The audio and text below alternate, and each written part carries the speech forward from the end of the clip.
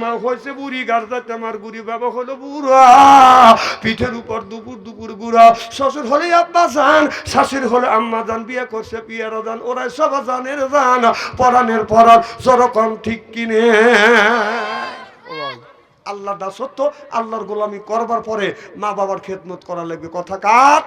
আল্লাহ বলছে ওয়াকুল্লাহুমা কওলান কাদিমা মার সাথে নরম নরম কথা কও বাবার সাথে নরম নরম কথা কও খবরদার মা বাবার মনে আঘাত দিয়ে দিয়ে তোমরা কোনোদিন কথা বলবে না চোখ রাঙাইয়া কথা বলবে না আল মা বাবা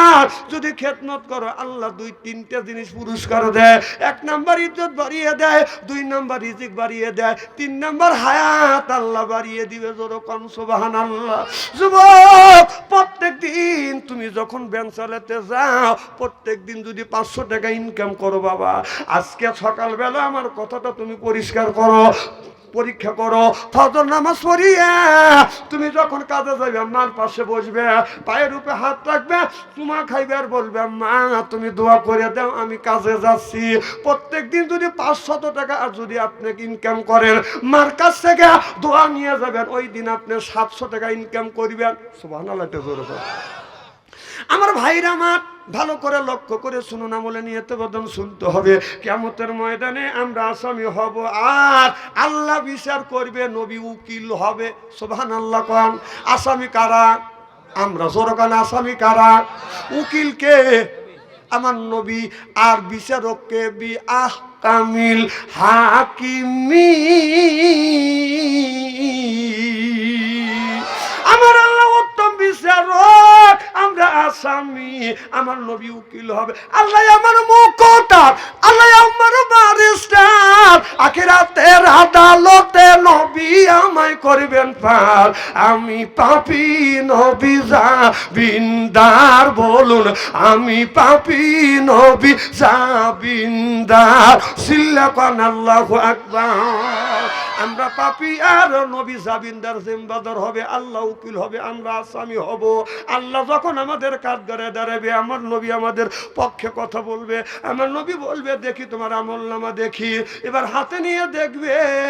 ফজরের নামাজও নাই জোহরও নাই আসর নাই ঈশা নাই মাগরিবে নাই ঈশা নাই আমার নবী উম্মতের দিকে তাকাইয়া চোখের পানি ফেলে কাঁদবে কিরে উম্মত এটা কি তোর আমলনামায় এক ওয়াক্ত তো নামাজ নাই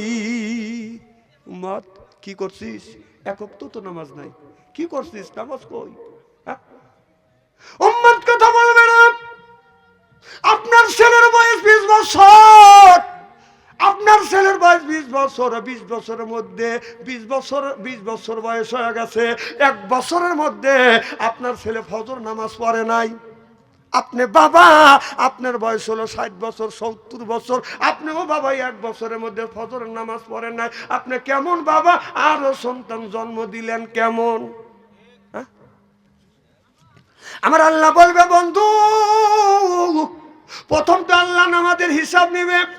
আল্লাহ বলবে বন্ধু কও তোমার উম্মতের নামাজ কই আমার নবী চোখের পানি ফেলে দিয়ে কানবে বলবে উম্মত রে আমি নবী নামাজের জন্য উহুদের ময়দানে আমার দান শহীদ করে দিয়েছি এই নামাজের জন্য আমি নবী তাইফের জমিনে মার খেয়েছি তাকিয়ে দেখ আমার শরীরে এখনো তাইফের পাথরের দাগ রয়ে গেছে মা আয়েশা রাদিয়াল্লাহু তাআলা আনহু যখন জয়তুনের তেল মালিশ করে রাসূলের শরীরে মালিশ করছে মা আয়েশা বলে ইয়া রাসূলুল্লাহ ইয়া হাবিবাল্লাহ আপনার শরীরে কি বসন্তের গোটা উঠছিল আমার নবী কান্দে আয়েশা বললেন ইয়া রাসূলুল্লাহ ইয়া হাবিবাল্লাহ আপনি কেন কান্দেন কি আপনি আমার কথা দুঃখ পাইছেন আমার নবী বললেন আরে আয়েশা না আমার শরীরে মশা মাছি ভরা আল্লাহ নিষেধ করে দিয়েছে আমি নবী যখন কলমার দাওয়াত দিতে গিয়েছিলাম তাইফের ছেলেরা আমি নবী আমার গায়ে অগণিত পাথর মেরেছে আয়েশা এটা তাইফের ছেলেরা আমাকে পাথর মেরেছে এই কালো দাগ এখন পর্যন্ত মোছে নাই আমার নবী বলবে উম্মত রে আমি নবী তোদের জন্য মার খেয়েছি আমি নবী তোদের জন্য উহুদের ময়দানে দান শহীদ করে দিয়েছি তোদের জন্য, এই নামাজের জন্য আমার সাহাবীরা জীবন দিয়েছে। বিবিকে এতিম বানাইছে, ছেলে সন্তানকে এতিম করছে, বিবিকে বিধবা বানাইছে। আমার উম্মত, তোর নামাজ কই? কিয়ামতের ময়দানে আল্লাহর নবী আর কোনো কথা বলবে না। আল্লাহর নবীর সামনে অমনি আল্লাহ বলবে, ফেরেশতারে আমার নবীর উম্মতের নামাজ নাই, রোজা নাই, দিন প্রতিষ্ঠিত করবার জন্য কোনো চেষ্টা করে না। যারে ফেরেশতা যা, ঘাড় ধরে ধরে বান্দাকে জাহান্নামে নিয়ে যা। আল্লাহর নবী ওই দিন বাজান ওই মানুষের জন্য সুপারিশ করিবে না। তাহলে নামাজের দরকার আছে না বাজান? নাই।